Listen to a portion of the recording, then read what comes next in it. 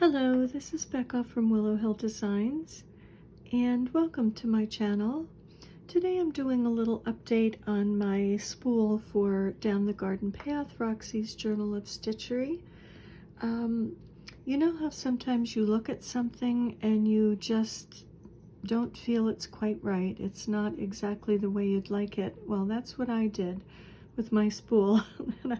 I didn't really care for the closure that I had put on it. I had some lace as a tie around it and some double-sided green ribbon and this little charm, and I don't know, I just didn't quite care for it. So I decided to change for this ivory satin ribbon that I've had for quite a while. It's not in pristine condition, but I just love it. I think it's soft and pretty, and I think it just complements the spool so much better. So I opted to change that and kept the little charm on there. And I also added this lace on top here. I felt like it needed a little something on top. I had the wooden spools here and here, or I'm sorry, the wooden circles here and here, and I just felt like it needed a little something extra. So I had this little trim, and this is actually the trim that I had tied around the spool originally. This is a vintage trim, and I just glued it on with art glitter glued to the top and the bottom, and I just like the way that looks so much better when it sits in my basket. I just think it looks much prettier and gives sort of a feminine and a vintage sort of a look to it. The spool, it just adds something somehow. And my roll was a tiny bit shorter, and I felt like that kind of bridged that gap a little bit too as well. And so I like this. I like that on there much better, and I love this ivory ribbon on here. And I realize also that I didn't share excuse me, I didn't share my last prompt in my last video, my finished video of the spool.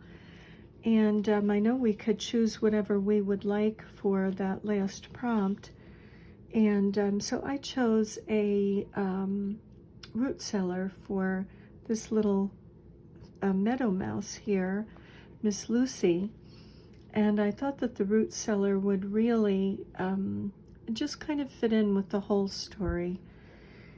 And so I'll just go down and show you, in my imagination, when I was stitching this, I could picture a beautiful summer day, a breezy summer day, and Miss Lucy, this little field mouse here, meadow mouse here, coming out of her teapot, and thinking that she'll have a picnic and she'll invite all of the meadow folk that she knows that come to visit her garden. And so she goes down her garden path to get to her root cellar, and on the way she meets her little bluebird friend that is her name is Marielle, and tells her about the picnic and the little fairy that comes to visit and sit on the garden wall each day, and her name is Fiona. And a little butterfly that frequents her garden loads of times to get the sweet nectar from all the flowers is Bettina the butterfly. And so as Miss Lucy continues down her garden path, she passes by her vegetable garden, goes up and around, and then comes back down because she sees a little friend here, and this hedgehog Henry, who loves to visit the garden, although he is very naughty and does like to eat her vegetables when he's not supposed to go in the garden, but he does. But she still likes Henry, so she invites him to her little picnic, and then she passes by Susan and invites Susan, tells her to spread the word. And of course there's Stuart the little squirrel here at the base of the birch trees. She invites Stuart, and she has one picnic quilt laid out on the grass, and they're going to need more because she's inviting lots of little forest people to come. And there's Daffodil the mouse, who's standing outside of her little flower pot house, her little upturned flower pot, and or I guess I should say upside down flower pot, and invites her, and she invites Mrs. Rabbit, who actually was coming to visit Miss Lucy with some blueberries in a basket, so that was providential. And then she passes by little Dusty the field mouse, who does wonder if he's invited, and of course he is. And then there's Owl in his tree, and if he is not too sleepy, he can also attend the picnic. And as she continues down, there's Chatterer the red squirrel, who's already heard about the picnic and has a little filbert nut on his shoulder, and he's bringing that for the chipmunk twins that will probably be coming. I'm sure when they hear about the picnic, they'll show up as well. And this is little Ben Bunny, Mrs. Rabbit. It's a little boy who was following her along the path and got sleepy and saw this very cozy nest and decided to take a little nap in it. And she finally will reach her root cellar, where she stores all of her delicious vegetables that she grows in her garden down the garden path. And who's standing outside but Thomas, another little field mouse and good friend, who actually was bringing some blueberries to Miss Lucy, and so he will bring them to the picnic. So this is kind of the little story that I thought of. So that was my last prompt, the root cellar. So that was the story that was kind of developing in my mind as I was stitching. Each time we'd get a prompt, and I would look through my fabrics and decide what would be nice to include and how could I embroider and do a little embroidery, including that fabric as well into the prompt.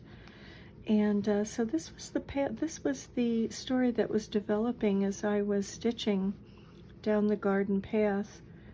And I have to say, I have enjoyed it so much. It's just been so much fun, and maybe it's because it's summer here in the United States, and I could envision all of the little animals and the birds. Of course, we hear all the birds singing, and the frogs, the peepers in the trees, or the tree frogs are chirping away, and geese, and the birds, the cardinals, and so I think it was very easy for me to imagine all of these things, and having a picnic on a beautiful, beautiful summer day.